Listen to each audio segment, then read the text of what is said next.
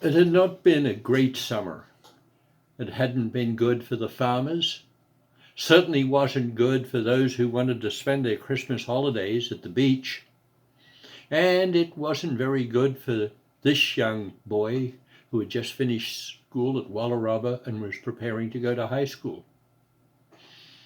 The rains began, I think, in November. And at first that thirsty soil just absorbed the water, dragging it down to its thirsty roots. But as the rain continued, the water had nowhere to go. The soil was already filled to capacity with what it could hold. So the water just had to run off.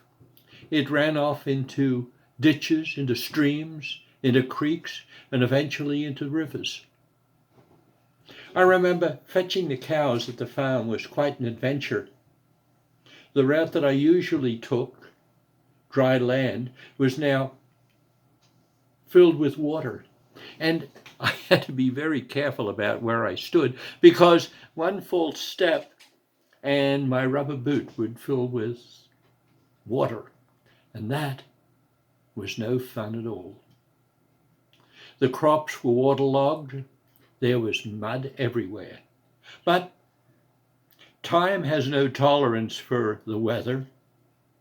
And amidst the rain, February came around. And on February the 8th, this polished, brand new uniform wearing young boy set off to catch the school train to Maitland to start his life at the Maitland Marish Brothers. Oh, was it ever an adventure? There was a strict regimen of the brothers, the piles of homework which I really enjoyed, and the different teachers for different subjects, unheard of, says this boy from a one-room school.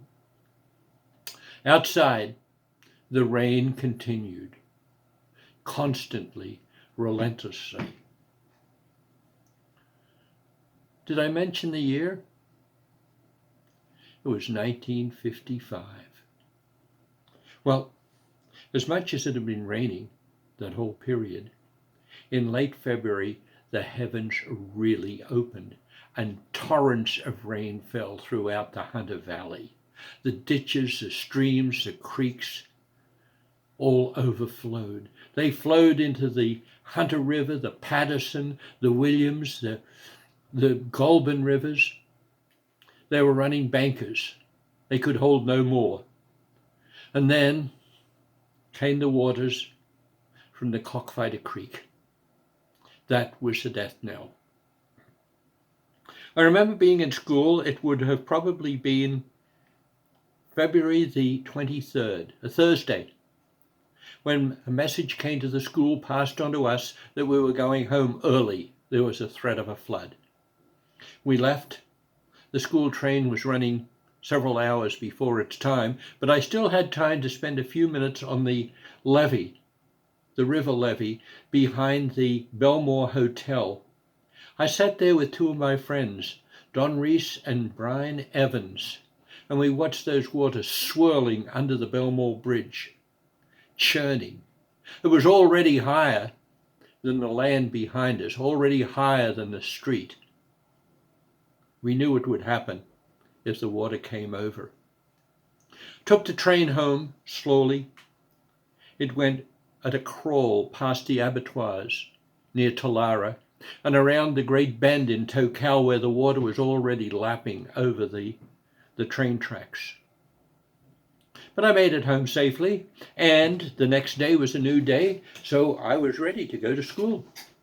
I'd been up at 5:30 as usual, done my chores as usual, worked at milking the cows as usual, and at 6:30 as usual, I decided it was time to go home, have my bath, have breakfast, get dressed, and ride my bike to the train. Well, there was a little argument about that. My father said, "You're not going." I said I was. And we argued for not very long, because those magic words that my father used to end any difference of opinion or any arguments were uttered. Enough is enough. And that settled that. And so, around 8 o'clock in the morning, I watched the school train go by the milking shed, the dairy, with only one passenger on board. And with that train went my one chance of receiving an unbroken attendance award for the year. Devastated. But strangely enough, at 11 o'clock that same morning, just a few hours later, saw a strange sight. That same school train was shunting down the line on its way back to Dungog. It was only then that I realized that something serious was happening. And something serious was. Water was starting to flow through the streets. The levee had been broken further up river, and water was now swirling through the streets, carrying with it its silt and its muck and carrying away everything in its path. Those who knew better had already evacuated. Others who remained too long were evacuated by boat or by helicopter. Others spent their time on the roof of their homes. It turned out that there was over 8 feet of water in my ground floor classroom, that classroom that I wanted to go back to on Friday, February the 24th. I remember listening to 2NX radio station in Maitland, talking about small buildings floating by, haystacks with dogs, and in one case a cow sitting on top, looking helplessly as that mound of hay was swirling through not just the river but the streams that had been created by the currents, being torn apart until eventually it would exist no more. Those dogs, that cow, would have their life snuffed out in the waters. There was an iconic photograph that showed up later of somebody delivering a package to the mayor, who remained at the town hall in Maitland. The strange thing with the photograph was the person delivering it was in a rowboat.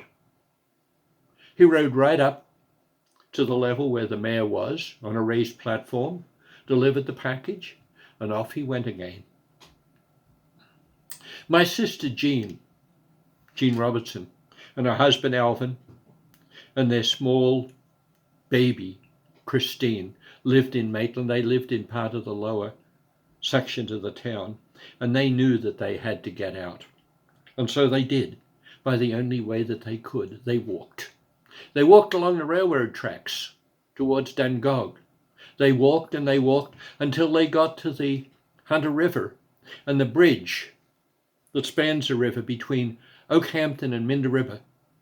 And they walked across that bridge. Now, have you ever walked across a high trestle bridge where you can see far below the land, maybe some water, nothing between you and what's far below than those railway ties, those sleepers?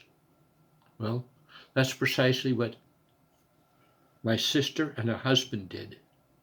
Except they didn't do it for fun. And when they looked down, they didn't see something serene.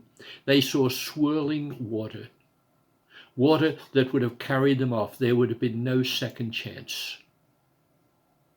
Miraculously and bravely, they made it. And they eventually made it to the farm, where they spent the rest of the time until they could return home. I stayed home for the first several days until a message came that we were to attend the Dungog Central School. Buses picked us up and off we went. It was rather strange, after having the strictness of the brothers, to have a teacher standing in front of the class, teaching about a novel, standing in front of a fireplace with a cigarette in his mouth. That was John Gately. He and Ray Johnson was another teacher, laid back, but always ready with that cane for some deserved disciplinary action. And so I stayed there. I learned. But eventually the floodwaters went down. The town was left not dry, not by any chance. We took a trip in our car to see Maitland after it was possible to do so. I'll never forget what we saw. The damage was incredible. Mattresses, clothes, furniture stacked along the street outside houses, useless, lost.